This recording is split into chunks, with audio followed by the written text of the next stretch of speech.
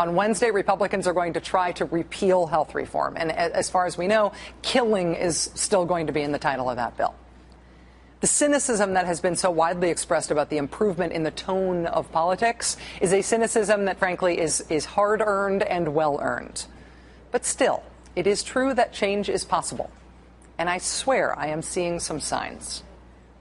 Joining us now is Maddow McCain, columnist for the Daily Beast and author of Dirty, Sexy Politics.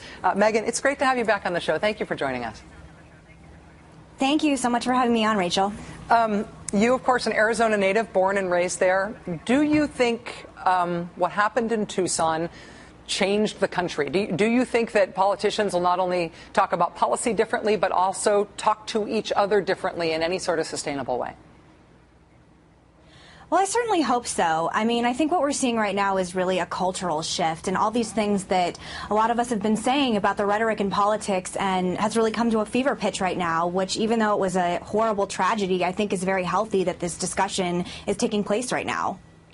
I saw after President Obama's speech at the public memorial in Tucson, you were public in your praise of President Obama's speech.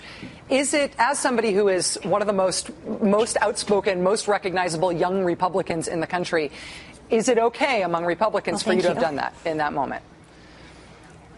You know, I did praise President Obama's speech. I thought it was very presidential, and although I obviously disagree with him politically, very inspiring. No one makes a speech like President Obama. We know this. But you have to give him credit where credit is due. My father wrote an op-ed today, or yesterday, in the Washington Post saying the same thing. The sad thing that happens is there was a lot of sort of pushback online calling me a Republican in name only, and of course she supports Obama. And I think this is what is completely dangerous that's going on in politics right now, is you can't support another side without being called somehow unfaithful to your own party.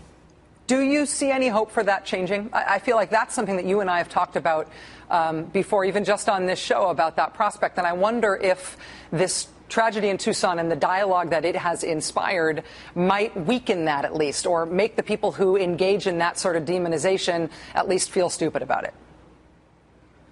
You know, I get up every morning and I believe in idealism in politics, and I believe in coming together, and I wouldn't be able to do what I do every single day if at the very core of who I am, I believe in this. I grew up in politics. I have seen the worst that politics has to offer, the most disgusting behavior and what it does to people. And I still wake up every day thinking that politics can be a more inclusive place.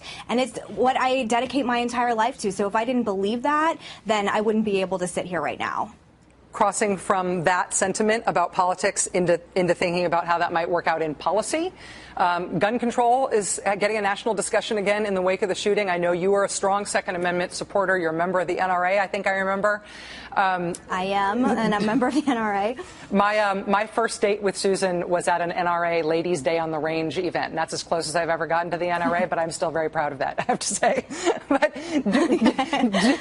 like there is that tiny little bit of common ground between us on this. Do you think there is common ground? You can come with me to the next NRA convention. I'll take you with me. You can see what it's about. How about that? Yes, I accept. Absolutely.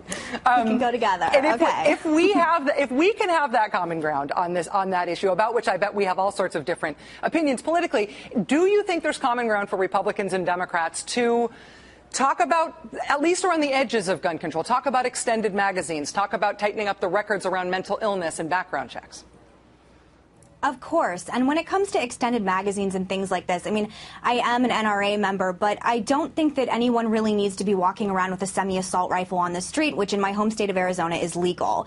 I am familiar with guns, not as familiar as my brothers, and I just think that we definitely need to reanalyze the gun laws in this country. I mean, somehow this lunatic slipped through the cracks and was able to get a hold of this gun and shot a 9-year-old girl point blank in the face. I mean, I am a strong Second Amendment supporter, but I also think that there is obviously room for analyzing the kind of gun laws in this country.